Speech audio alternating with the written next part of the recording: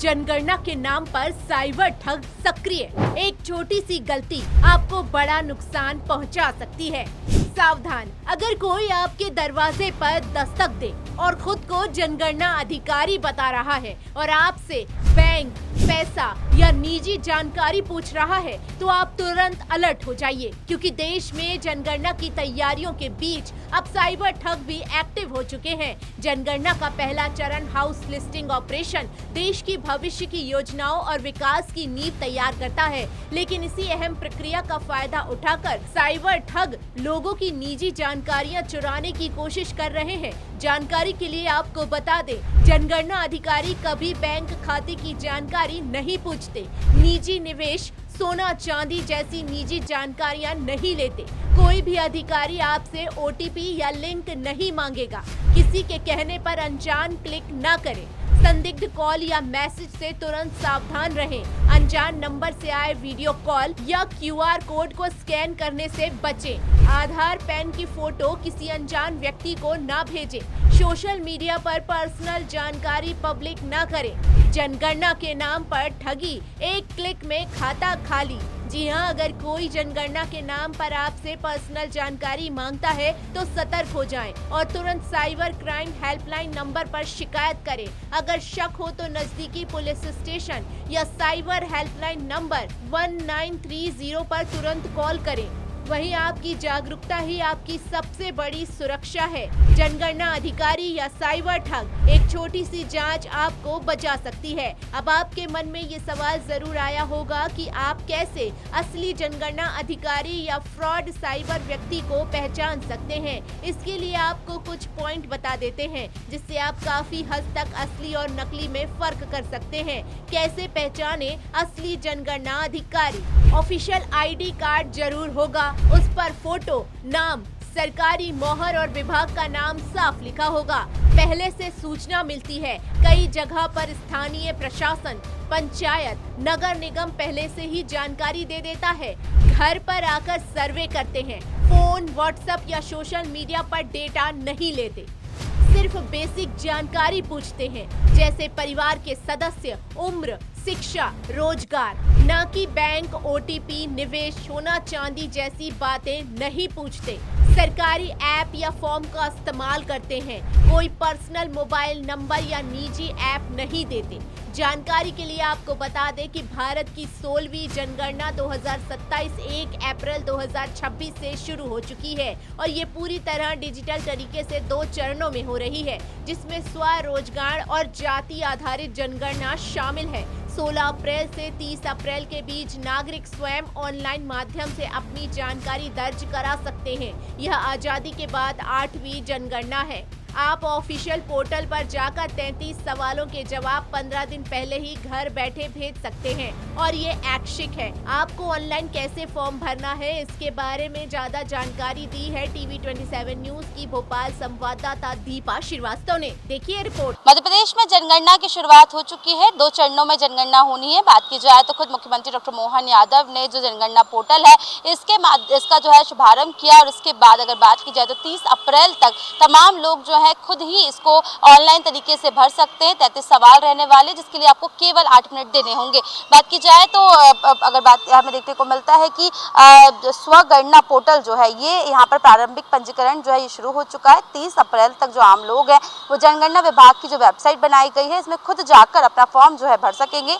ये जो पूरी प्रक्रिया है इसे बेहद ही सरल रखा गया है। इसमें लोगों को केवल 33 सवालों के जवाब देने होंगे, जिसकी शुरुआत खुद मुख्यमंत्री ने की और इसी के साथ यदि हम बात करें तो केवल 8 मिनट का समय जो है वो आपको लगने वाला है। जो अगर हम बात करते हैं स्व जनगणना के लिए सबसे पहले जो एक पोर्टल का लिंक दिया गया है जो आपको हर एक जगह पर जो है मिल जाएगा। इस पोर्टल के माध्यम से आप सबसे पहले अपना लोकेशन डाल सकते हैं, कैप्चर भरना होगा, नीचे दिया गया जो पूरा है। इसी के साथ अगर हम बात करें तो मोबाइल नंबर जो है वो भी आपसे पूछा जाएगा, जिसके बाद आपके पास ओटीपी आएगा और इसके बाद पिन कोड और घर का लोकेशन जो है वो भी आपको खुद सेलेक्ट करना होगा। ये दर्ज करने के बाद जो जनगणना फॉर्म है वो खुल जाएगा, जिसके साथ आप अपना जो मोबाइल नंबर है और ईमेल आईडी है उसको ऑप्शनल रखा गया है। और अगर बात की जाए तो इसे आप भरना चाहें तो भरें, यदि ना भरना चाहें तो ना भरें। लेकिन इसी के साथ कई बेहद देखने वाली बातें जो हैं वो भी हमारे को देखने को मिलती है, क्योंकि देखिए अब ज़माना बदल चुका है, कहीं ना कहीं फ्रॉड्स के मामले काफ़ी सामने आ रहे हैं। तो ऐसे में कहीं ना कहीं लोगों के दिमाग में कहीं ना कहीं भ्रम जो है वो भी बना हुआ है।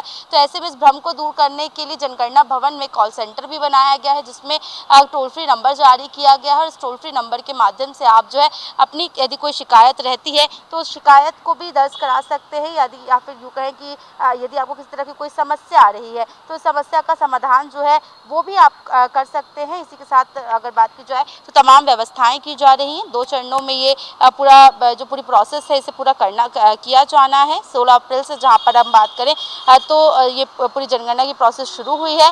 और इसी के साथ अगर बात की जाए तो हमें देखने को मिलेगा कि अगला चरण जो है जो 2027 में होगा। और इस दौरान जो प्रोसेस है उसे बेहद सरल बनाने का प्रयास जो है वो किया जा रहा है। बता दें कि जनगणना 2027 की प्रक्रिया डिजिटल है। पहली बार डेटा मोबाइल के माध्यम से दर्ज किया जाएगा। इसकी निगरानी भी डिजिटल सिस्टम से की जाएगी और सबका डेटा पर्सनल रखा जाएगा।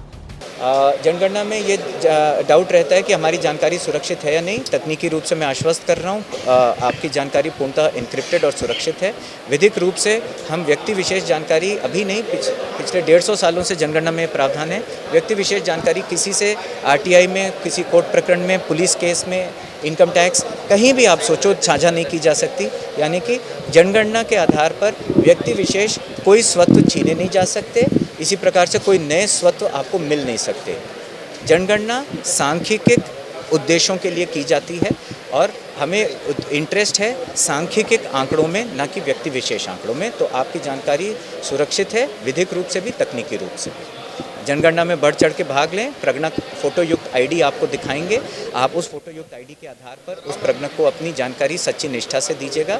और ध्यान रखिए, जो जानकारी आप देंगे उससे देश के अगले 10 साल की प्रगति, किस क्षेत्र में कौन सी आर्थिक सुविधाएं या नैतिक सुविधाएं जानी है, वो उसका बुनियादी निर्णय इस आंकड़ों के आधार पर होता है। जनगणना 2027 का कार्य प्रारंभ हो गया है। जनगणना भारत सरकार का एक वैधानिक और आधारभूत प्रशासनिक कार्य है, जिसे राज्य सरकार के सक्रिय सहयोग से संपादित किया जाता है। जनगणना सुशासन, विकासात्मक नियोजन तथा लोकनीति निर्माण का मूल आधार है तथा इसके निष्कर्षों का प्रभाव संसाधनों के न्यायोचित आवंटन, लक्षित योजनाओं का क्रियान्वयन तथा समावेशी विकास पर दीर्घकालिक रूप से परिलक्षित होता है। जनगणना के अंतर्गत संकलित आंकड़ों की शुद्धता, परिपूर्णता एवं विश्वसनीयता अत्यंत महत्वपूर्ण है। यह आंकड़े शासन प्रशासन के विभिन्न स्तरों पर साक्ष्य आधारित निर्णय एवं निर्माण का आधार प्रदान करते हैं। अब क्यों जरूरी है जनगणना, ये भी जान लीजिए। दरअसल जनगणना की यह पहली चरण देश में भविष्य की योजनाओं, कल्याण योजनाओं और विकास कार्यों के लिए बेहद महत्वपूर्ण आधार तैयार करता है। सही आंकड़े के बिना सरकार को सही योजना बनाना मुश्किल होता है, इसलिए सही जानकारी देना बहुत जरूरी है। लेकिन याद रखिए, जनगणना के नाम पर अगर कोई आपकी जेब तक पहुंचने की कोशिश करे तो समझ जाइए कि वो अधिकारी नहीं, ठग है। नीलम मेहरवार, TV 27 न्यूज़, भोपाल।